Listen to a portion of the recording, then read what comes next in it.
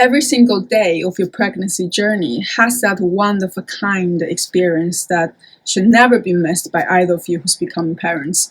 We reserve that special place in our daily spread where both of you can share and memorize those special moments together with the prepared prompts we have for you. For moms-to-be, the daily spread is at disposal to keep track of your sleep, to learn of tips and tricks to optimize your pregnancy, and to take good care of the relationship with yourself and with your partner through reflection upon body, mind, and nutrition. Use these prompts we prepared for new inspirations and revelations. That is said, you do not need to complete all the prompts every single day.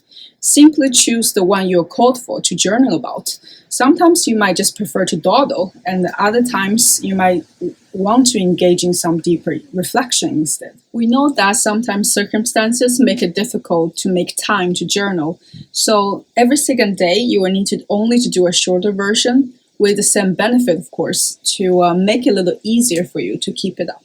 And in the end, don't forget to check in with your habit building process and read the quotes and affirmation together in the daily spread.